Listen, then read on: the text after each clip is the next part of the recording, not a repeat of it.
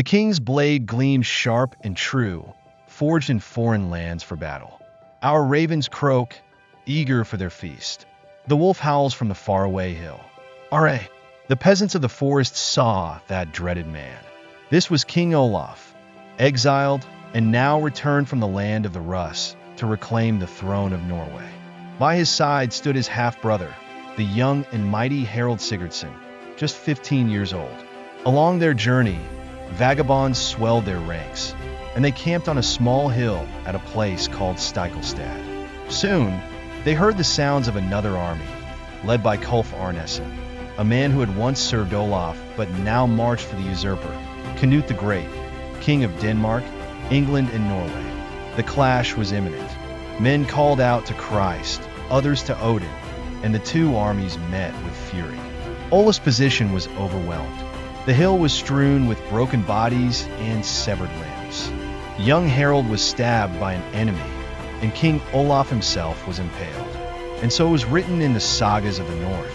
King Olaf fell upon a stone, calling out to God as he grasped the spear lodged in his belly. His gaze lifted to find Kulf Arneson, who, without hesitation, slit Olaf's throat. The soldiers scattered, and Kulf's men roamed the hills, finishing off the wounded. Yet, the bloodied Harald managed to rise, staggering into the wilderness, pushing through the thick forest until he found a humble hovel. There, a kind peasant family took him in and tended to his wounds by the warmth of the fire. Harald healed there for several days, but he could not stay. The harsh black winter was approaching, threatening to turn the woods bitter and block the mountain passes to the east. So, Harald wrapped himself in a red cloak, and the peasant's son guided him into the mountains. Straying from the main roads, the determined prince ventured over quiet peaks, avoiding bandit lairs, and crossed into ancient, heathen forests where, according to legend, giants and trolls roamed. Eventually, Harald reached Sweden, where he found other survivors from Stiklestad. There, he wintered, gathered strong allies, and made his way out of Scandinavia. Harald and his warriors sailed in dragon ships, passing by quiet wooden villages, lands once ravaged by their forebears in the early days of the Viking Age, which had begun 2 centuries before. The Norse chiefs had once gathered the bravest sons of Odin to burn, plunder, and enslave the coasts of Europe. But the Norse had not only raided, they had also settled, forging a vast state known as the Kievan Rus alongside the local Slavs and Finnic peoples. In Scandinavia, however, the days of the old gods and petty clans were fading. Kings like Olaf and Canute had embraced Christianity, casting aside their heathen ways to wage war against the fractious, pagan chieftains of their lands. Yet, the raven of Odin still flew proudly on royal banners, and the dreaded axes of the Norsemen struck fear into every kingdom. In this changing world, Harald and his men sought to become mercenaries. They passed through the grand gates of Novgorod and Kiev, where Harald came to the court of Grand Prince Yaroslav the Wise. There, he brought news of Olaf's death, news of sorrow and loss. For it was Yaroslav who had offered sanctuary to Olaf during his exile, and still in the prince's court were Olaf's mistress and his illegitimate son, Magnus. Yaroslav welcomed Harald and his warriors, sending them first into the boglands of Poland. There they fought, slaying the enemy Poles and burning their homes. Through these campaigns, Harald honed his skills, earning both glory and blood money. Years passed, and Harald, now a seasoned warrior, proposed that Yaroslav betroth him to his daughter, the Kievan princess Elizaveta. But Yaroslav refused. Though Harald was brave and well-regarded, he was still a crownless leader, no more than an officer among the king's men. He had neither land nor wealth to offer, and so the betrothal was denied. In 1034, 2 Norwegians arrived in the Kievan Rus, bitter enemies of the late King Olaf, Einar Thumberskjolfr, a corpulent man, and Kulf Arneson. King Canute's reign in Norway was crumbling, and the 2 men had come to find a suitable successor. Not Harald, the strong-willed warrior, but the young, impressionable Magnus. Harald, lacking both the men and the wealth to challenge his many foes and claim the throne he so desired, was forced to bide his time. Yet he had heard whispers of distant lands rich with treasure, waiting to be claimed in glorious battles.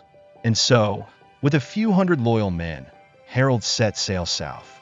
The sun blazed white against the heavens, shining down upon the crosses and gleaming domes of distant cities.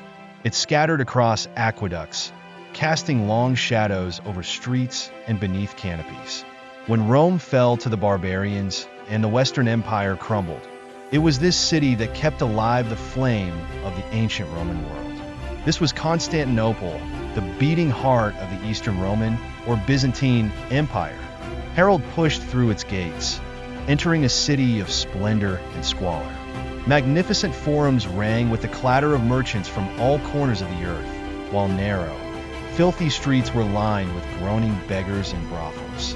Harald made his way to the palace, where he enlisted in the Varangian Guard, a legendary force of Norse mercenaries, prized by the Byzantines for their loyalty and martial prowess.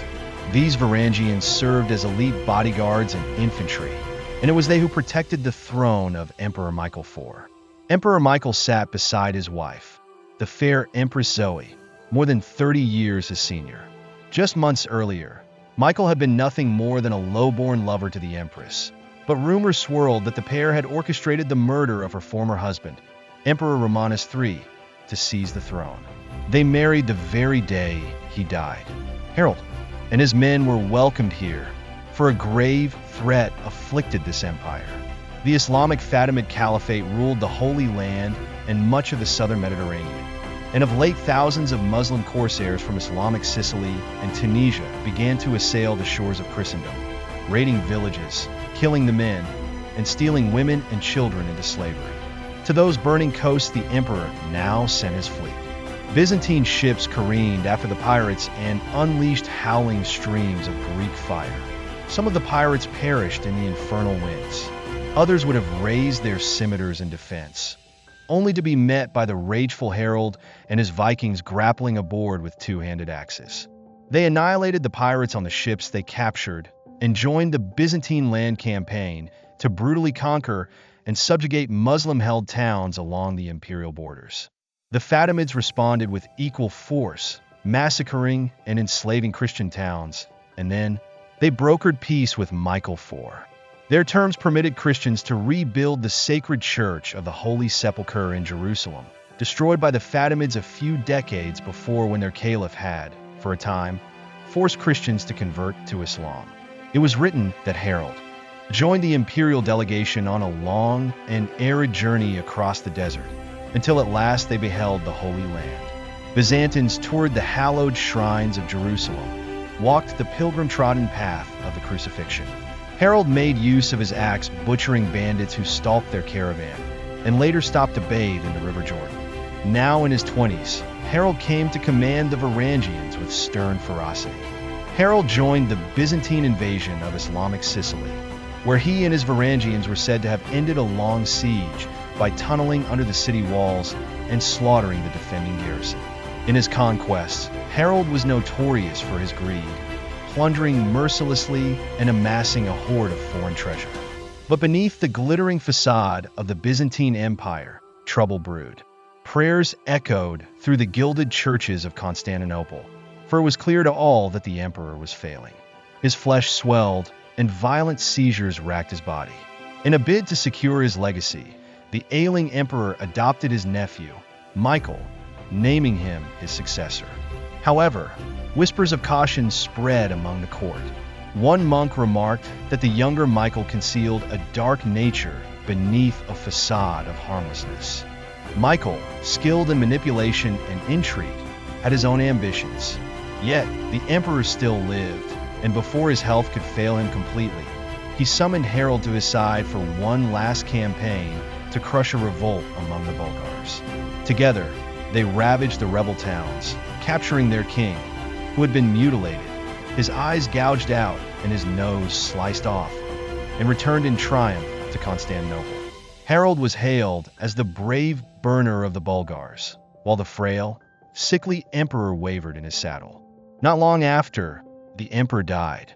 With his passing, the adopted son, Michael V, was crowned emperor. The Golden Court, once a symbol of imperial grandeur, became a den of corruption and sycophants, ruled by the paranoia of the new emperor.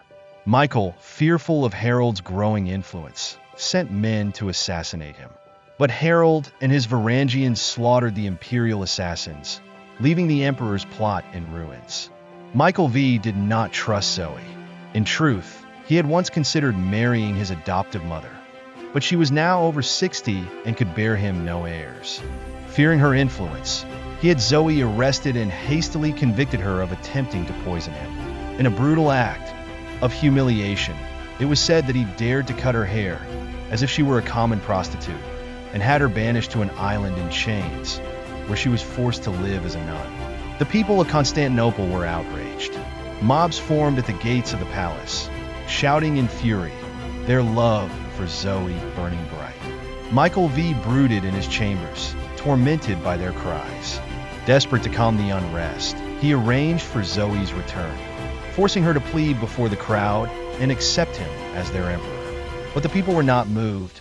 The crowd stormed the palace, and Harald and his Varangians joined the rebellion. They cut down the palace guards, overran the royal quarters, and looted the treasures within, the gold, fine tapestries, and silks of the imperial court. Emperor Michael V was found cowering in a monastery, pleading that he had renounced the throne and taken monastic vows. But the people, furious and vengeful, dragged him from the altar and marched him to the walls of Constantinople. In that moment, the sagas tell us, it was Harald of Norway who emerged to satisfy the mob's thirst for blood. With his dagger, Harald plucked out the eyes of the weeping and writhing Michael V. The emperor cried and bled at Harald's feet. Then, as the crowd roared, Michael was castrated.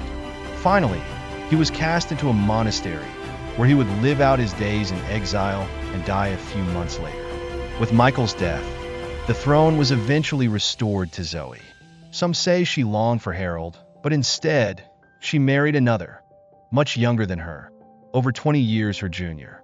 While Harald's blade had tasted royal blood, there were still more kings to slay. For in Norway, the throne was occupied by the bastard son of his late brother, guided by traitors to Harald's bloodline. Vengeance would be his, and though Harald may have had no throne to claim in this moment, there was something else he held dear: his right to control his personal data. In today's world, where data breaches are rampant, the protections of privacy regulations like the GDPR and CCPA are crucial. Harald understood the importance of keeping his information safe from companies he no longer used. With Mine, he discovered which companies held his data, including ones he hadn't used in years, like Shopify, which had his address and financial details. With a simple click, he could reclaim his data, an official deletion request sent directly from his email to verify his identity and remove his information from their systems. Mine also helps companies streamline and improve their consumers' privacy experiences.